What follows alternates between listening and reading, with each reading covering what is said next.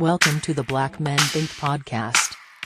If this is your first time here, know that the views and opinions expressed by the Black Men Think podcast are those of the Black Men Think podcast and not the individual members. With that being said, we're about to be unapologetically, undeniably black. Enjoy. Yeah, man. So we here on Patreon. Shout out to our thinkers. Me and Mo, we was about to start a conversation. I was like, hold that for Patreon. So but yeah, no, I feel you, bro. Jamaica. I'm looking forward to it. Definitely looking forward to it.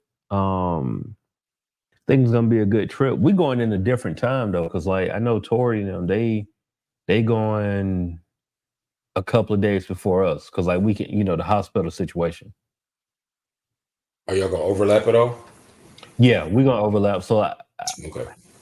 I think they're gonna be there like the 3rd through the 7th, and Yeah. we're gonna be there like the 6th through the 9th or something like that. So it'll be there for like Sunday and Monday overlap type thing.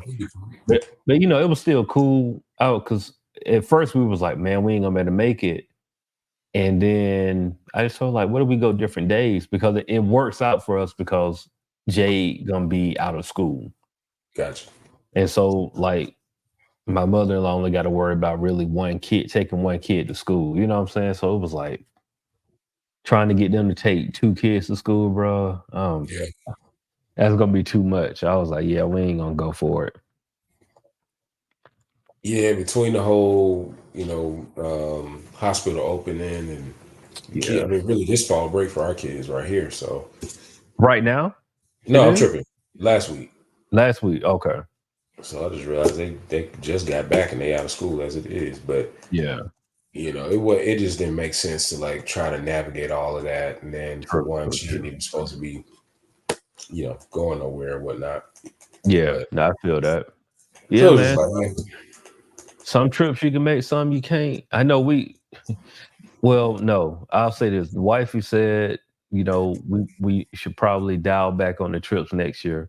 And I was like, babe, I hear you. However, I hit you. I hear you. I mean, in all transparency, I understand what she's saying. But also, you don't know my God. Well, you better say it. Yes. No, I say that tongue in cheek, bro. But also, I'm just learning, man. Like I'm at that point in life where you really got to start. You got to speak some stuff into existence, bro, because our lives have changed, but also we've seen people's lives change in a matter of like a couple of months. Absolutely. And so, my thing is I understand what you're saying, and I am in agreement. However, we are putting in the work where our lives can change, like for real change. And it might not look like it now, right? We know what that is, bro. Like it can change. And Quickly. I'd be telling her, like, yeah, you're not getting a lot of traction on your podcast, but you speaking to somebody. I was like, now what if overnight you look up in 3 months and you the one getting the calls to go to these conferences? Now you're the new Tabitha Brown. What happens at that point? And now it's like, now you're traveling to do this stuff. I was like, babe, so I because we're, me and my wife, we're two different people. Like I'm the dreamer. She's more the realist, right? And we have to find our middle grounds where it makes sense on both sides. But I just like, babe, you don't want to discount yourself because you just never know. You ain't have your eyes set on this at all. And it can change, bro. It'll switch up on you quick, man. Like you won't even realize it happened, and I just feel like, I mean, I'm honestly, I'm at that point in life where I'm like, why not? Like, bro, why not, man? Like, honestly, man, we sit here, we calculate, and let me preface what I'm about to say by saying I'm not telling anybody, any of our thinkers, any of our folks on Patreon to go be unwise. This is not what I'm saying. Right. For sure.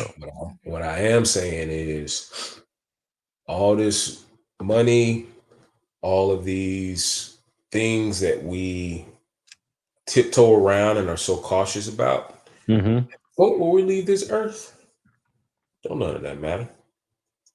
Don't none of that matter, man. At all, bro. And we all got a very short time here.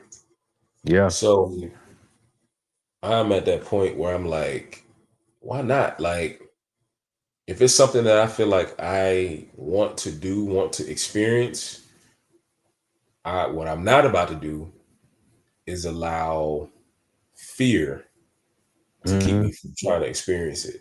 Or even feeling like, man, wow, we ain't really got it right now. I'm like, is that true? Because Bruh. technically we could do it. We just might have to adjust some things, or we might, it might be something that we do now, and we're not gonna be talking about this next year. Like, we make this decision now, we're not gonna be like sitting here like, man, I wish we didn't do that in a year. And Facts. for me, that's enough. I'm just like, well, what we waiting on then? Man. All right. So I hear what you say, and I receive that 1000%, bro, because I look at it like this.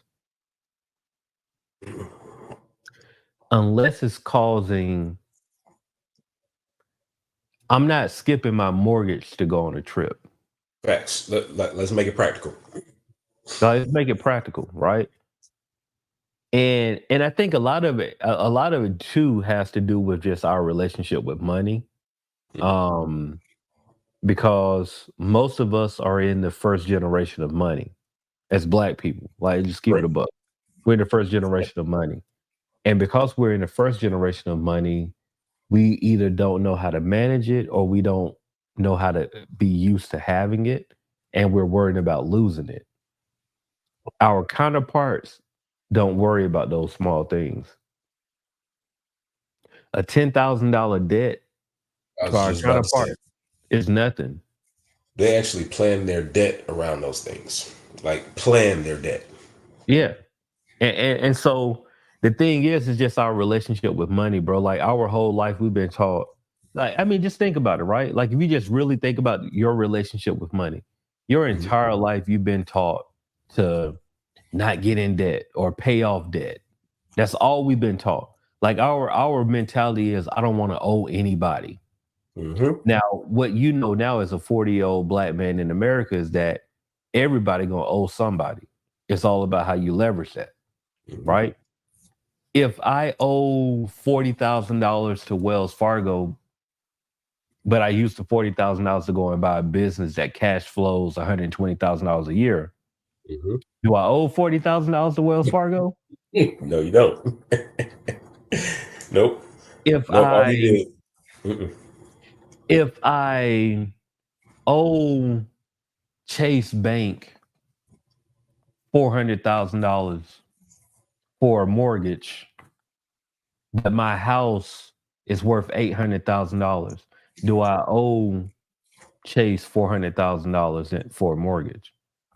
It's and don't get me wrong, bro. I don't want people to sit here and act like debt doesn't exist. It does exist, but it's Right. all about if we change our mindset with that money. Because we can look at the $400,000 and work our ass off to pay off the 400,000, or I can leverage the $800,000 that my house is worth, go and take out a HELOC for 400,000 and go and buy two other properties with that. That And part. now that $400,000 that I owe to Chase don't mean anything to me because I just bought two properties with the other $400,000 of equity. That So we part. just got to change how we think about debt. We think about debt. Our relationship with debt is like, I gotta pay it off because I don't want that 600 credit score that I had. I can't have that again. They don't look at it like that, bro. They don't give a damn about debt. They use their debt to make money. They see debt as a write off because I gotta get rid of this money.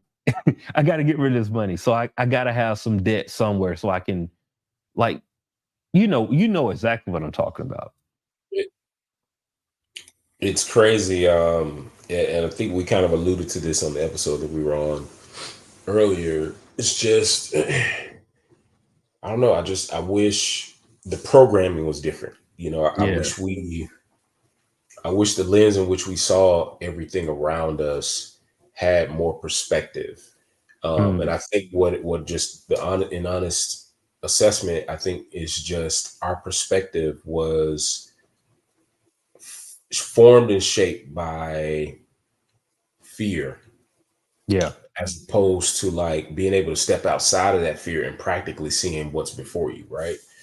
Mm, And honestly, I don't. I guess I can't pinpoint where the shift happened in our culture.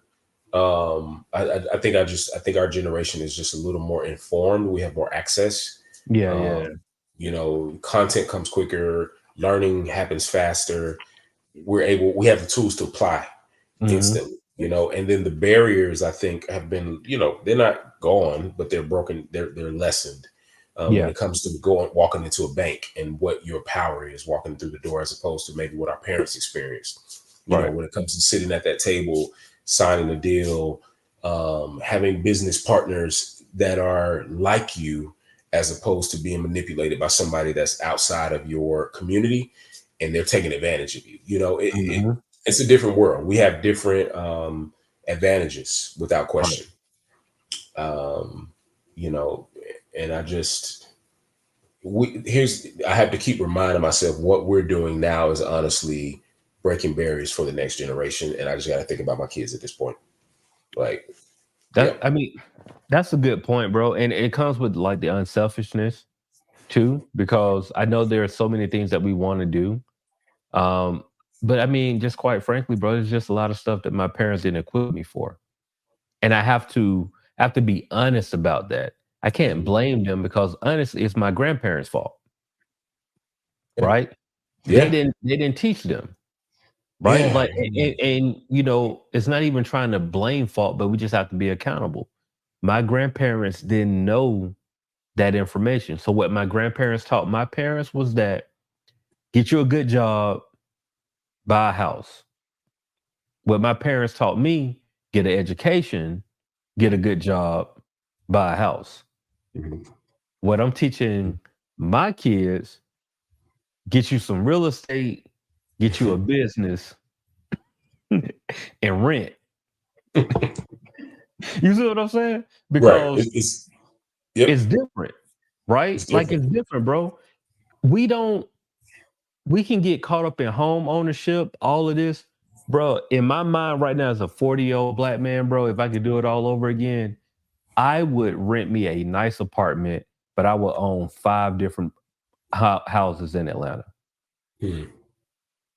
I would have a nice apartment, Mhm. a nice apartment, maybe have, maybe $3,000 a month, like a nice apartment. Yeah. But I'm renting because I don't have to worry about paying for nothing. Like if my water main break, that's $10,000. I ain't got to worry about that.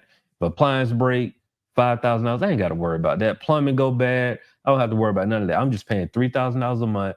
But guess what? My 5 properties are cash flowing $10,000. My 5 properties in the metro Atlanta area cash flowing $10,000 a month. And me, I'm in a $3,000 lavish rental property that my family is comfortable, I'm cool with, but the only homes I'm buying, I don't buy a home unless I can make money off of it. I don't buy a business unless I can make money off of it. Right? Mhm. We just got to get to the point of where we change all of the stuff that we got to unlearn a lot of the stuff that our parents and our grandparents taught us and learn the real money game, bro. It just, you know, it is what it is, but we just we the sacrificial lamb, bro. We learning so we can teach our kids so they can be ahead. Let me ask you this. Hmm. You just said something that made me like my thinking pivoted. And this might be a sensitive topic, but it might also be an opportunity like for us to just invite our listeners to some therapy, right? Like Yeah. especially our black man. What do you feel like, what's something that you feel like you have to unlearn as a black man that you learned from a black father? Wow. Um, for me, it's the gift and the curse of my dad. I'll go into this right now. Is that I watched my dad. The only reason why I'm an entrepreneur now is because I watched my dad be an entrepreneur. However, my dad learned how to replace a job. So, like, my dad worked for himself. Mhm. He replaced the job so he didn't have to work for anybody. But what my dad didn't know was business. Mm. He Mm. didn't know business, right? And that's, I mean, he knew his business. Yeah, I was gonna say He he didn't did know business. he did business, but he didn't Yeah. know business because Yeah. if I'm just like looking at what my dad built and looking at it, what I would do now as the knowledge that I have, and I told my dad this in his latter years, like when he got sick and he was unable to work. I had a conversation where I was like, Dad, you got all the clients, right? The people only want to work with you. So what I would do if I was in your position, I would just go and hire 3 or 4 people to do all the work. You go out and scout the clients. My dad got caught up in like not being able to lift the paintbrush anymore. I was See, like, Dad, you've earned the right to not lift the paintbrush anymore. Go and hire 3 people, let them lift the paintbrush. You you go go and about get the business. clients. You go Yeah. and get the clients. You pay them to lift the paintbrush. And it's something that I learned, bro. And it took me a long time to learn this. But I'll sum it up in saying this. I'd rather make $100 and not have to lift a finger than make 1,000 and have to spend, all day doing it. Mhm. Right. And what Mhm. I mean by that is this: if there's 3 jobs out there, right? No matter what the job is, there's 3 jobs. I'd rather hire you to do job A, you to do job B, and you to do job C, and I make $100 off each job. I made $300 today, right? Guess what I did? I picked up the phone and called A, B, and C and told them to do the jobs. Now they're gonna make $1,000, right? The job costs what it costs, but at the end of the day, they're gonna walk away with not, with $1,000. They're gonna walk away with 1,000. They're gonna walk away with 1,000. I'm gonna walk away with 100, 100, 100. I'm gonna walk away with $300. They're gonna a total $3,000, but I ain't have to do nothing. And what we get caught up in is I gotta be the one that did the work. And what you realize is if I have to do the work, then I have to spend the time. If I have to spend the time, then I move time away from other things that I can be doing. You can't, the one thing that I've learned, bro, is that I can't substitute time for money. It's impossible to do. We only have 24 hours in a day. There's no way to find other time. That's what it 24 hours is 24 hours. You can't do anything about it. But what I can do is pay somebody for their time. Yeah. It's no different than everybody's job, right? You're our perfect example. When we worked at Stratford, how often did we see the CEO? Rarely. If Rarely. like barely is a better word. Out of 30 days in a month, probably 2 to 3, right? Yep. He ain't hurting for money though, but he's Yeah. paying 30 people to do their jobs. So I'm gonna pay y'all 30 people to do y'all jobs effectively. Y'all oversee everything. Y'all be my eyes and ears. 1, 2, or 3 of y'all will come back and report to me. I'll take a small cut off the top of all of that. And yes, that's gonna still add up to be better, but I don't have to be here all day. And that's the win, bro. When we figure out that we don't have to be a place all day, I don't need the whole 1,000. Give me the 10% cut. I'm cool because what I'm going to do as a smart businessman, I'm going to go and find 10 people to do those jobs. And now I make the same $1,000 that the one person made on the job. That's what I'm gonna do.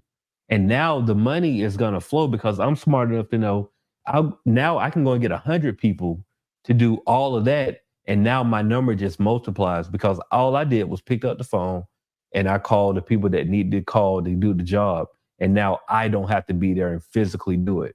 Now I got time to play golf like I want to. Now I got time to take my wife and kids traveling the way I want to. Because for me, the ultimate goal is to travel the world and eat fine dishes with my missus and my kids. I don't care the path. Yeah, It used to be production. That changed. It used to be, that's facts. you know what I'm saying? Like, it doesn't matter if the goal is this.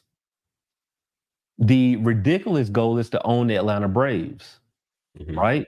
So for Hmm. me, this is how my life is. Be in a position to take my wife and kids anywhere they want to go across this world, and we can eat whatever we want to eat. Hmm. That's the main goal. The ridiculous goal is to own the Atlanta Braves. So I know if I fall short of owning the Atlanta Braves, I'm still gonna be able to take my wife and kids wherever they want to go. That's what it is for me. All of this other stuff, I don't care how that happens. I'm trying to get to this goal. And if I get to this goal, oh, it's up. You know what I'm saying? It's up. But Yeah, this is the goal that I want. This is the goal that, like, when I feel like I don't want to record a podcast, I think about, do you want to own the Braves though? You want to yeah, own the Braves? Record a podcast. yep, You know what I'm saying? Do you want to take your wife to, like, Bora Bora? yeah. I, do what you got to do. Right. You know what I'm saying? And so for me, it's simple. How I get there, I don't care. But this is where I'm trying to get to, you know? So, That's a good answer. Good answer. Um,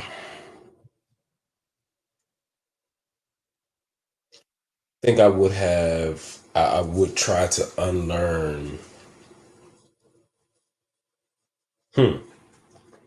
Just hit me. I would have unlearned my approach to religion. amen.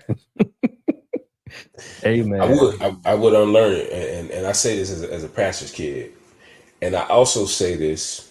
Let me preface by this. To preface what I'm saying by saying, like, the way my watching my father lead and be a pastor and teach Mm, was one of the most life changing experiences that I've ever had. Like it grounded me, right? right. And I value that beyond like a lot of things because it made me who I am today. Hmm. And I've seen a lot of examples where it didn't work for people, and I watched my father do it with integrity, and that mattered. You know what I'm Mm, saying? Like I always like he gave me a baseline when I've been through experience after experience after experience where I've seen it go south, and I've seen right. people take it for granted. I've seen people like take it as a joke and manipulate it and do it for their own selfish will as opposed to doing it for a holy reason.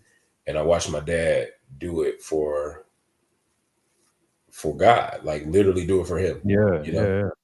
yeah, And that speaks volume. So I just want to honor him in this moment and say, like, I appreciate you for that, yeah. because it it set an example for me, right? I will say, having watched it from this close and pivoted and ebbed and flowed through different phases of it, like I would have liked to see myself had I not had that infrastructure to grow up in Mm, and to see what faith would look like for me. Because in some ways, the construct of faith was warped into like the construct of black church. And I would have loved to see like what would it have looked like if I could have experienced it as just a construct of faith. wow. You know, like I wonder how much more practical scripture would have been for me as opposed to like everything I hear, I see it through a lens of like it fits in this box of Yeah, yeah. church culture, fits in the box of It fits in a lot of boxes. I wonder what it would have looked like if I could have had the same information, but if it had been funneled out through like something that wasn't bound by that. And I Mm-hmm. think it's probably not even something necessarily I would say like, hey, I would change this. I think it's I'm just curious. I'm just Yeah. I'm wondering I wonder how I would have approached different decision making in my life, because I feel like that's something that I grabbed a hold on to late in life, Yeah. and then looking back, I'm just like, man, I spent a lot of time doing things this way or thinking that way when I could have processed it a different way and probably saved some time, you know? I'm listening to you, right? And I can't help but think about the saying of especially black church. Black church spends so much time trying to save the people inside the church. And in fact, they made it there already. They took the first step. But you walk past the prostitute. You Mm-hmm. walk past the dude who like quote unquote in the streets. You walk past like the liar. You walk past the dude cheating on his wife. You walk Hmm. past all of these people to Right, come and try to save the person that already made it to the building. And right. so I know for me, man, like, I'll be transparent, bro. I haven't been to church in a long time. It's been Mm-hmm. a while, right? And I don't think that's 100% right. Like I do want to find a space to like go back to church. However, I find so much resolve in like when I see a homeless person, instead of just like giving them food, just having a brief conversation. When I see somebody who's struggling with whatever they're dealing with, having a conversation. Now, in my heart, I don't know if it's right or wrong, bro. Like, I don't know. I honestly don't know if I should be at a church right now. I don't know that. I can't say definitively that I need to be at a church serving, right? But what I can say is when I'm talking to people who don't even care about, not even trying to step into the church, I feel like that conversation that we have touches them in a way to where if they do decide, they're going to remember the conversation and that conversation will spark something down the line. And honestly, I'm okay with that right now. Like I'm okay with telling people who I have conversations with, they're like, bro, yes, it's tough. Yes, you're going to struggle, but yes, God is real. Like I'm cool with having that conversation and letting them know that like, bro, I don't have it all figured out. I don't know what I'm doing sometimes, but what I do know is God is real, and I'm okay if I'm the only person that believes that God is real. Like I'm cool with that. Like I'm not here. I don't make excuses for who I am. You know what I'm saying? Like if I walk in the room and people are like, bro, you don't really be cussing like that. I don't make an excuse for why I don't cuss like that. I don't make an excuse for why I'm married and faithful to my wife and my kids. I don't make excuses for that. I don't care that it can be a bad chick in the room. Yeah, I'm gonna acknowledge that this is a bad chick in the room, but I'm gonna bring it back around to my wife though. I don't apologize for that. I'm not trying to put up a front or a facade of like where if we in the room, you know how I mean, you've been in the music industry, so you know how it is to be in a room where everybody trying to find the baddie, and you Yeah, like, no, I got a wife at home, bro. And you cool with being like, I got a wife at home, and not trying to hide the fact that you got a wife at home. Like, no, yeah, yeah, she fine, bro. Like that's cool, but yeah, my wife fine too. You know what I'm saying? right, And I right, like what I got at home, and not try to make it be a unapologetic, faithful to to your person. Like, no, I don't care about that.